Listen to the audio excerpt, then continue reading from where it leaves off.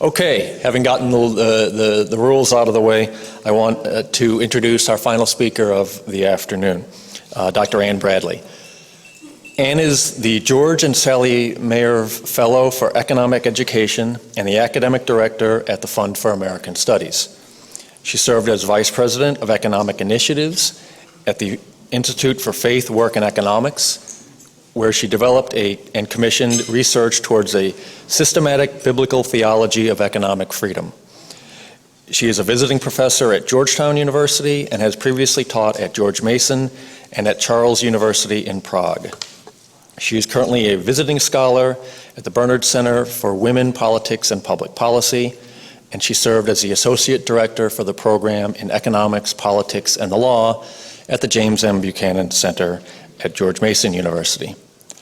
Her academic work focuses on the political economy of terrorism, with specific emphasis on the industrial organization of al-Qaeda.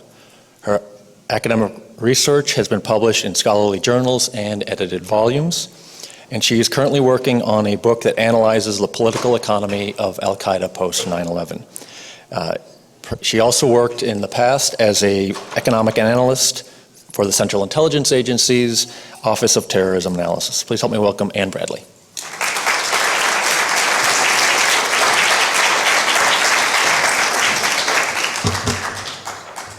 I think we're already having some technical difficulties, so we're going to work on that. I want to talk about a few things in a very short period of time. So when I was first asked to, when I was first given the opportunity to talk about terrorism and economic freedom, I jumped at the opportunity.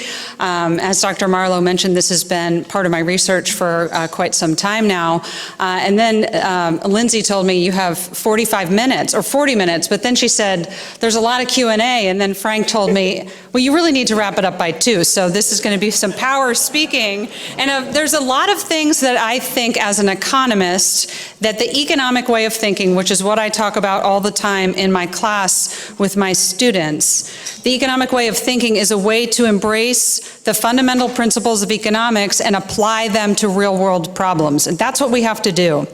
So when we think about terrorism, especially post 9/11, we have to, I think, bring economics to bear on the discussion. I think when we do not do that, we do so at our peril. We miss opportunities to make the world a better place and to really make inroads in this long, long fight against terrorism, which of course is not new, but I think has changed since 9/11. So really what I want to talk about is just how economics can help us get there. So to start, what I'll say, and this is what we kind of do in the classroom, is we talk about anthropological truths. You can't understand macroeconomics, you really can't understand kind of these big economic problems without understanding the truths about individuals. And I think that unfortunately this is missing in a lot of our mainstream economic courses across universities in the United States, not at IWP. So we start with that.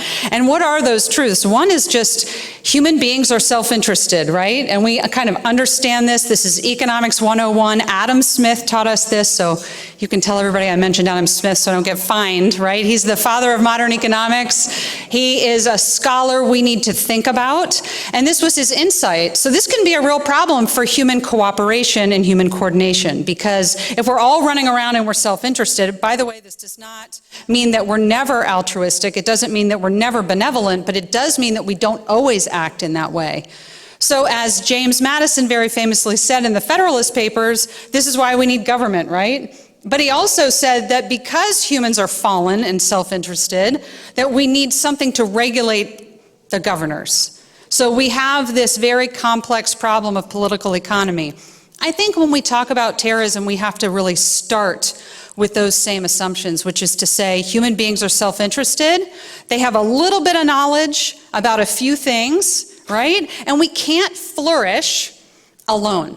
It's impossible. We need each other. And so we need to think about the institutions in society that produce peaceful cooperation. And of course, if you look at the long story of human history, we have not been very good at this. It has only been in the recent past that we have experienced both more peaceful cooperation and income growth, which of course is something economists look at and think about a lot. So at the same time, when we look at those issues, we can say, well, we live in a world of terrorism that is rapidly spreading in certain parts of the world and remains, not as much of a problem in other parts of the world. So what is driving that and what makes that occur? So I want to start a little bit, kind of go back a little bit, thinking about political economy, to a book called Human Action, written by Ludwig von Mises in the early part of the 20th century. He dedicates the first, it's like an 850-page book, so this is the very short summary, but basically at the beginning of this book, he talks about the nature of human choice, that economics is always and everywhere about the study of how human beings make choices under conditions of uncertainty. And so this he calls the model of human action. Number one, to make a choice, to go from a state of inaction to action, we have to experience some level of uneasiness. We're uneasy with our current state of affairs. Number two, we have a vision for a better outcome. We can imagine that we can relieve that uneasiness. It's not always permanent alleviation, right? So when I eat breakfast, I'm going to need to eat again. So it's a temporary alleviation of that uneasiness. And number three, which is very important for our policy scenarios, so this is where we have to kind of take this approach as we think about who is committing these acts of terrorism, who is funding these acts of terrorism, is point number three, which is we take conscious and purposeful steps to get there. What this means is that economists assume that people are rational. Now, we don't mean that people are hyper-rational, that we can always do perfect calculations of costs and benefits, but what we do assume about human behavior is that even the terrorists, even the dictators, they engage in this calculus of choice. They try to maximize their gain and minimize their costs. Why is that important? Well, it's important because, and hopefully after lunch, I want to give an optimistic take on kind of some of our framework for thinking about this into the future. It provides a ray of hope because what it means is that people respond to incentives. That is really important in the war on terror. People respond to incentives, which means, and this has motivated my research for 20 years now, since I was a young graduate student and 9/11 happened, actually. I woke up one morning and I was on my way to the Fairfax campus of George Mason University and turned on the news and didn't go to class that day, didn't go to class for a week, and really that motivated my thinking about what can economics and what can economists bring to bear on this issue. And I think we still need to do those things. But we're assuming that the terrorists respond to incentives. And what does that mean? If we can change the incentives that they face, we will get different behavioral outcomes. And that's important. We want to understand that. So what I am here to also say is that economics certainly isn't everything, but I think it can add to this conversation, and I think it can add to effective policy. So here's another kind of weird idea, which is that terrorism is an emergent order, which means it comes from the conditions that people find themselves in. So economists don't really believe in destiny, right? We don't believe that, some societies and countries are poor and they will always be poor. Of course, that was expounded even by economists through a lot of the 20th century. If you look at development economists, in the 30s and 40s, they basically said some countries are poor, they will always be poor, there is nothing they can do to escape poverty, and so all we can do is help them forever. And if you look at the last 100 years of economic growth, we know that's not true. That societies and institutions within those societies can be fundamentally transformed in the direction of prosperity and democracy and peaceful institutions. But it's not easy, and it's certainly not guaranteed. But terrorism is an emergent order. It is a response to the environment people find themselves in. So we have to think about changing that environment. The other thing I do in my research is think about terrorism along supply and demand curves.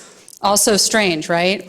It's not like the market for blue jeans, right? You don't buy and sell exactly in that way. But what I try to get our students to think about generally, not just as it pertains to terrorism, but about all these types of behaviors that we can't easily, neatly put into categories like we would other markets, is to say there's a demand for terrorism. There's a supply of terrorism. What economists assume about markets is that supply is always a response to demand. What does that make us think, or should it make us think? It should make us consider that really the demand for terrorism deserves a lot of our attention. Why do people choose this? Why do people fund this? Why do people observe this and say, I'm so happy this is happening? We want to understand that supply and demand. This is not to say that if we can eliminate the demand, we'll get terrorism to go to zero, because we've never lived in a world with zero terrorism, right? But it does mean that we can have more productive, perhaps, policy responses that deal with the underlying symptoms that cause people to wake up in the morning and either donate to terrorism or become a terrorist or form a new terrorist organization or aid them. All these types of things. So another, kind of thing that I like to think about is there's these different arenas of society, and they all matter for our daily lives. There's economic life, which occurs in the context of markets. There's the state, which can govern our affairs either very productively or not so productively. And there's civil society. For a long time, economists didn't look at civil society or think that it was very important, but I think that's a mistake. And they're starting to do that more and look at the institutions or the rules of the game in which people find themselves living, so we can, again, understand what impact can we have on more peaceful civil society. Right? And so if you think about Tocqueville, he thought a lot about this, right? He thought a lot about a robust civil society and what that meant for peaceful cooperation and coordination of people who didn't go to the same church. They didn't have the same color skin. They weren't the same gender, right? So we look at early America and we actually see a lot of cooperation. What is the ethos of that type of society? So I'm not going to talk actually a lot about terrorism to this crowd because I have a limited amount of time and you know a lot. But there's certain things that, as somebody who is writing academically in this space, I'm working on a new book with some co-authors, as was mentioned, and so the worst part of being an academic is doing the literature review. You can imagine what that's like for this topic. 3,500 academic papers have been written on terrorism in one way, shape, or form since 9/11. That's a lot of reading. The good news is that's a lot of people thinking about it. That's a lot of people that are putting their theory to the test. And so one of the things that has come out of this research is that there's just not one cause of terrorism. It's not because of poverty. It's not because of inequality. It's not because of bad governance. All those things tend to be true. And if I have time, I'll show you a chart I made up later that kind of correlates these things. But what we find, it's usually all those things together in one, kind of way, shape, or form that are motivating people to respond in this violent way. And terrorism certainly thrives in some countries and societies much more than it does in others. So again, that's something that we want to look at and understand. So again, my research has been primarily oriented around Al-Qaeda. 9/11, like I said, happened when I was in graduate school, and I had the opportunity to write a paper with a professor, and that kind of really changed the whole course of my academic career and what I think about. So you know about Al-Qaeda. I don't have to talk too much about that, and it certainly has changed a lot since 9/11. But when you think about the early days, right, and you think about bin Laden and what he was doing, right, it was kind of these three guys who formed this group and then ultimately had phenomenal success. One of the things I started to look at as I thought about this is a theory that comes from political science, is this, from Mansur Olson, is kind of looking at dictators and looking at roving bandits. So are these terrorist groups roving bandits or stationary bandits? A stationary bandit is a bandit who wants to dominate a geography, use a lot of force, and plunder, right? Exploit resources from the area. So they have to get a lot of loyalty. It's not a zero cost or necessarily even a low cost thing to do. And then there's roving bandits, and roving bandits are the kind of gangs, right, that roam around, they plunder, they take all the resources, they expropriate what they need, and then they move on. So I was trying to kind of figure out from what I know as a non-classified academic looking at this in the early days, what can I tell about their movements? And if you look at it, you see obviously they started in Saudi Arabia, but then based on international and US pressure, they moved to the Sudan, and then they moved again, where they basically kind of gained a lot of traction, gained a lot of followers, gained a lot of money, right? So all these things show me, at least indicate that I think Al-Qaeda was the kind of organization that wanted to be a stationary bandit, because in some ways this is easier. But you have to dominate. You actually have to act as a proto-state to do this. But because of lots of pressure for them to leave, they ended up having to move around, and this can be costly for a terrorist organization. You're always on the run, right? So again, that can also inform our policy, our thinking about what they're going to do. But where are the places that terrorists thrive? Look at the places on the map, right? They're not, Al-Qaeda doesn't pick up and move to New York City. And the reason they don't do that is because it's a hard place to be a terrorist. Why? Because there's a lot of economic freedom. So this is what I kind of wanted, I started with a microeconomic analysis of this. I want to extend that to thinking about what are the conditions in societies that make it expensive to be a terrorist? Because that's how economists think about things. We want to raise the costs of engaging in terrorism. There's a variety of ways we can do that. A lot of our policy is focused on that supply curve, right? Defeat, intercept, interrupt, stop the resource flows. That's important and necessary. But what my understanding of economic freedom tells me is that we also have to play the demand side of this. And I think we are doing that to some extent. But the title of my talk suggests I think that we could do more. Thinking about the United States' role in particular, but other countries that can support this effort to support more economic freedom. And you can see here, there's lots of data you can get on terrorism. This is an increasing problem. Modern Islamic terrorism is an increasing problem. And so this is a policy problem, it's an economic problem, it's a problem of absent or fragile civil societies. And really, I think one of the hard parts is when you think about this, an economist wants to tell a policymaker, here's the 5 things you should do. And you hope that they listen to you, right? That might be easy with like minimum wage policy. Do these 5 things and you'll get these outcomes. This is a lot harder when we're talking about how to defeat ISIS, right? And how to stop the emergence of new terrorist groups in the future, which I think is a real problem we have to wrestle with.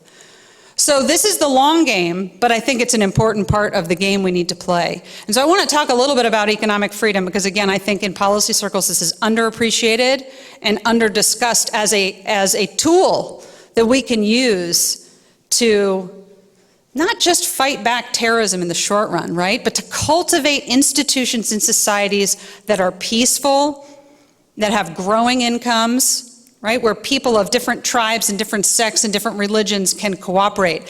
That might sound crazy, especially when you look at a country like Afghanistan, which has a history that's nothing like that. It's not about cooperation, it's not about income growth, it's rule by thugs, literally, right?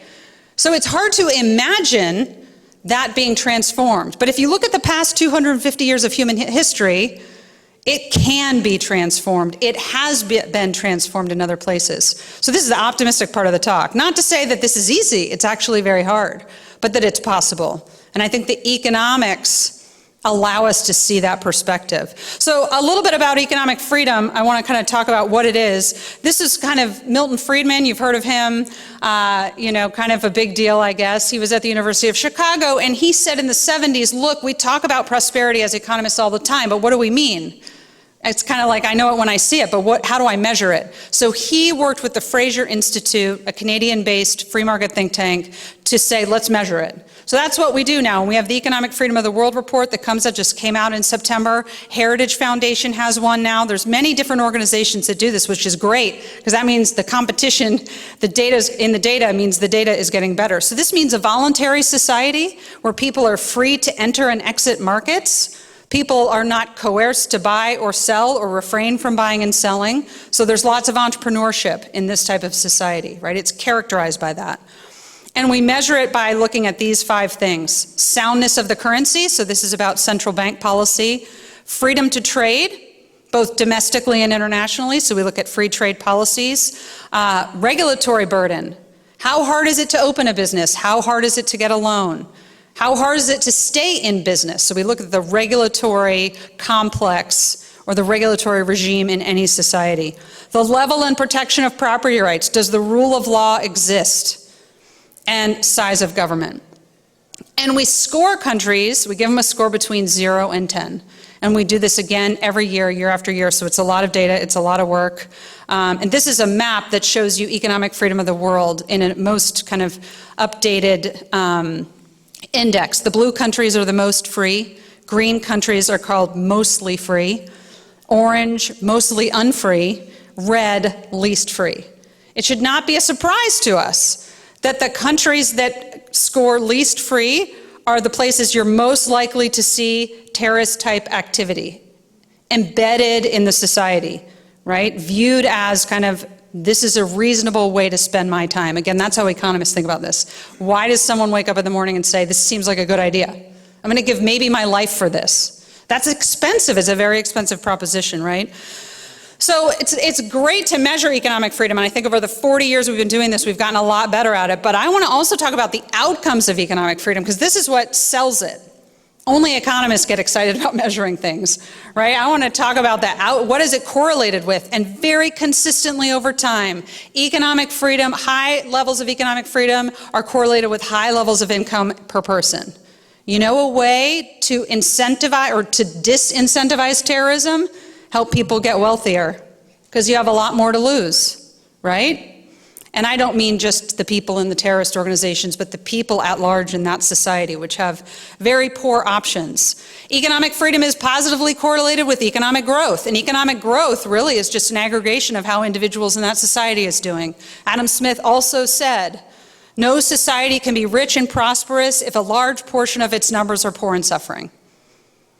Mutual human prosperity, that's what human flourishing is about, right? And that's what we want to think about.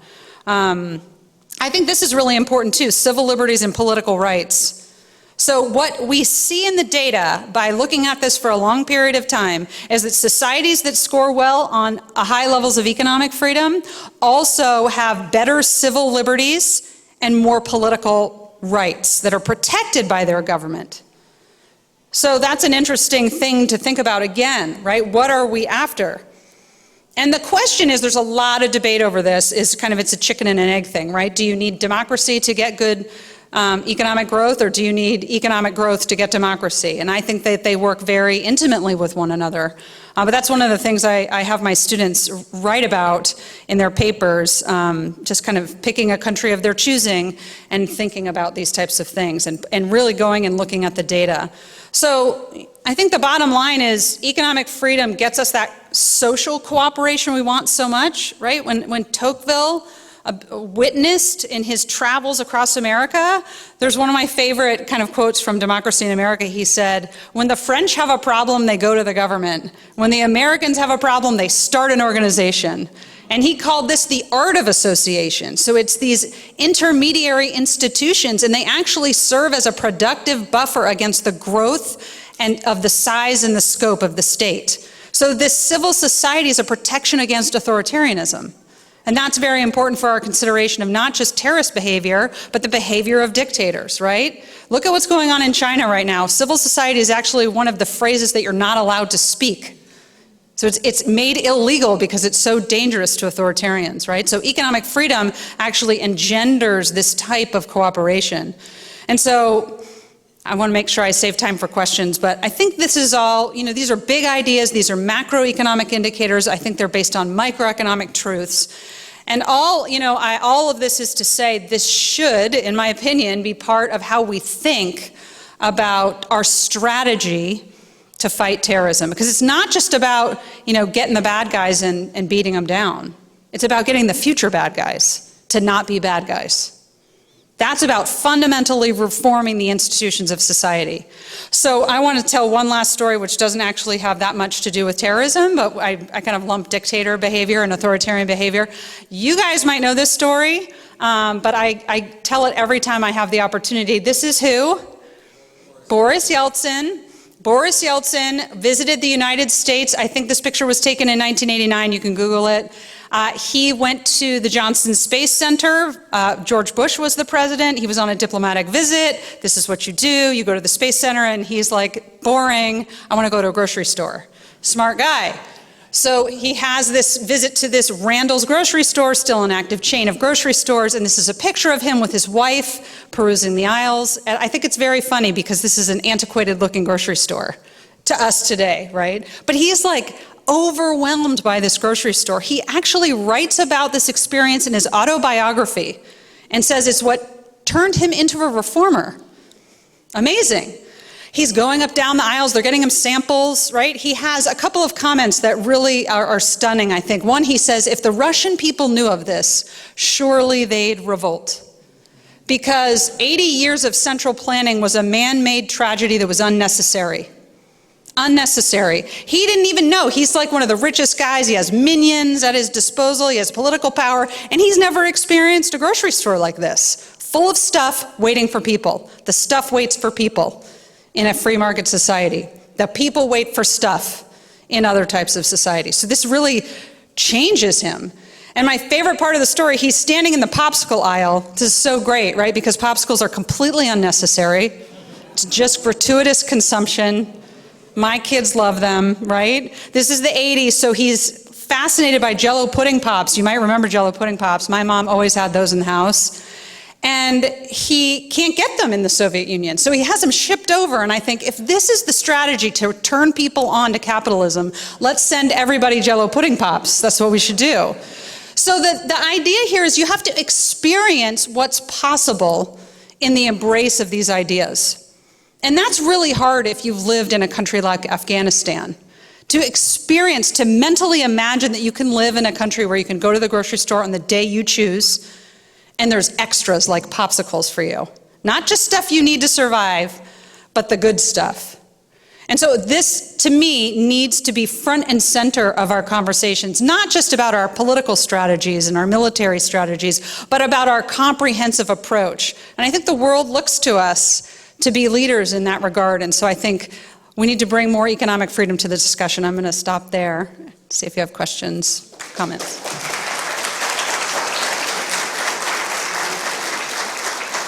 Question. We're getting you a mic. Yeah, so going along the rationale that you just proposed, for decades, the Arab countries, other countries have been sending their kids to our universities, colleges, to experience just that. Has that been effective, or why, what is the gap there? Why is that not enough? Well, I guess one reason it's not enough is just there's not enough room in universities to get enough people to experience it. I think the other problem, too, is it's very clear, both in the data, but just from a theoretical standpoint, that authoritarian-type regimes under which both terrorists thrive, but authoritarian leaders who, you know, kind of are bad for everything, both their societies and the world, really understand that this is a problem for them, that it's a challenge to their leadership.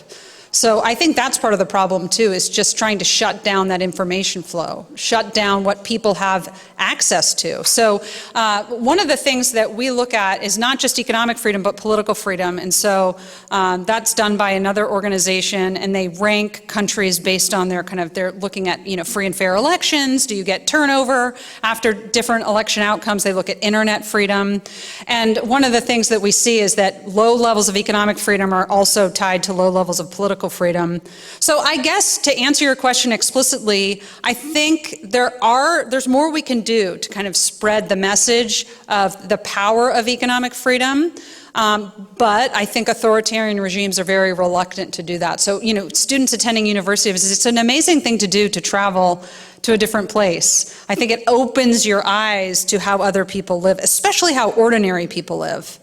That's a very powerful thing. And I think to the extent that we can show those pictures in this way, some elements of social media, I think, can very much be our friend. Another kind of thing that's interesting, if you look at the view of American culture around other worlds as it's translated in movies, like a lot of people love American movies, right? Because you have like the good guys, like if you look at the Avengers or something, the good guys always beat the bad guys, but there's a valiant fight.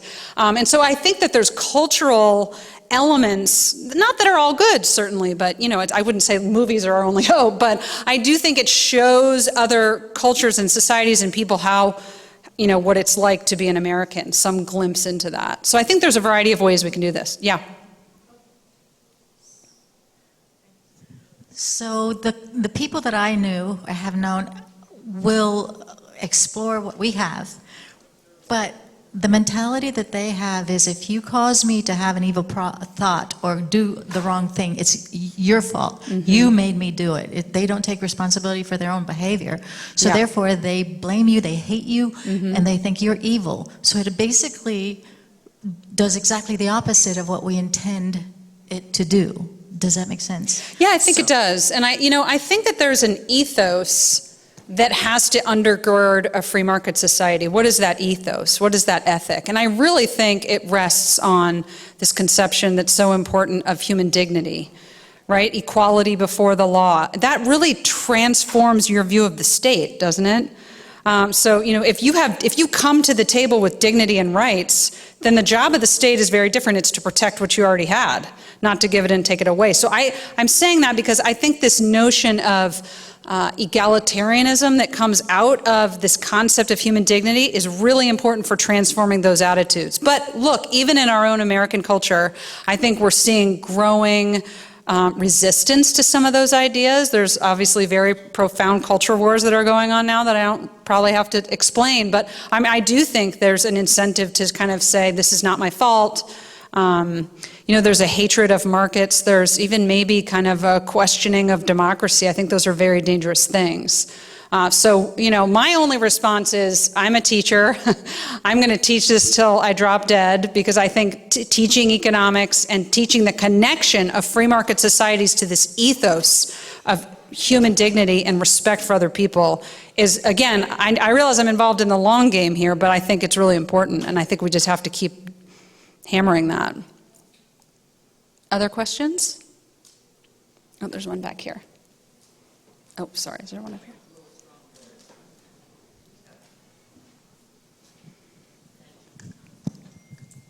My name is Mary Fisher. I was a home economist and I taught home economics. And in 1964, after I'd been teaching 2 years, I went for the summer to Europe for 4 months. Toured all of Europe. And when I came home, I not only kissed the refrigerator, I kissed the oven, and I kissed my surface unit. What I'm trying to share with you is the difference was dramatic. And I think we get to the point where in some of these areas they just don't have an understanding of what it takes to build that. Yeah. And I think that's where we've made the mistake. We became the father of a lot of these countries. And instead of teaching them how to fish, we really gave them the fish. So I think it's a process we need to take a look at, how we're doing this. And maybe we can do it more effectively. I'm 82. I was born the day Germany marched into Poland in 1939. I know the effects of communism, and I know about Germany, and I've been through it, watching it. I've been to communist countries. I know what they have. It's very true about your aspect of what is not in the stores. And I can understand why Boris had that feeling that he was overwhelmed what was there. And I can appreciate.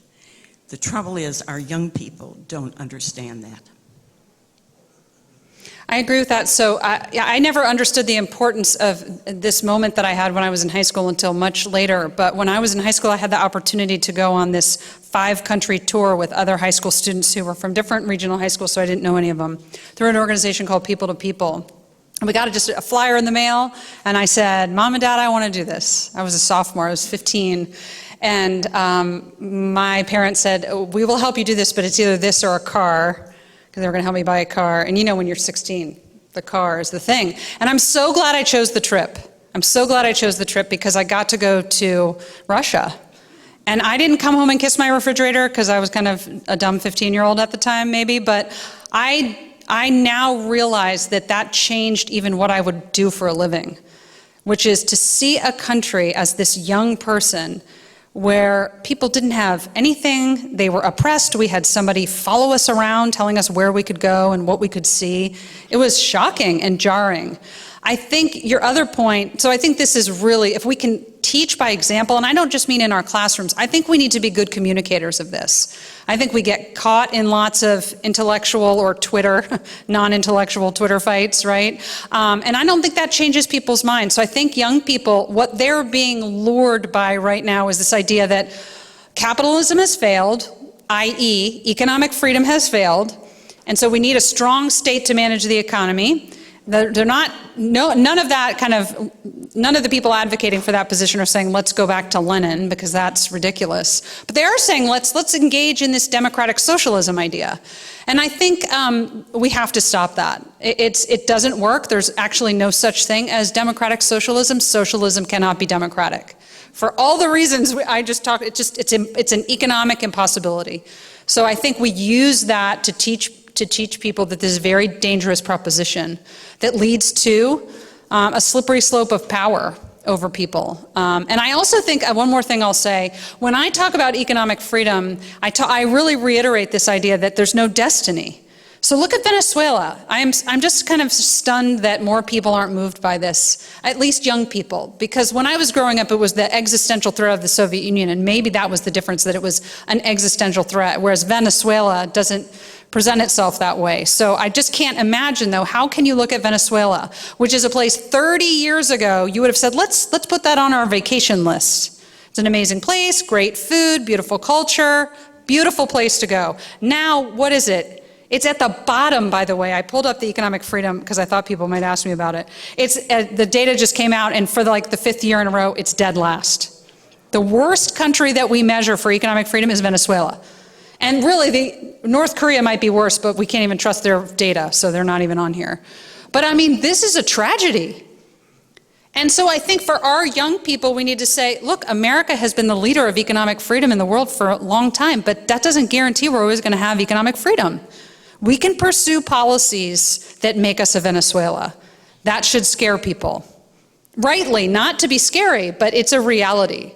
So I think we need to understand that these are moving equilibrium, and we need to fight for the institutions of free markets and democracy, et cetera, that they're not just a given.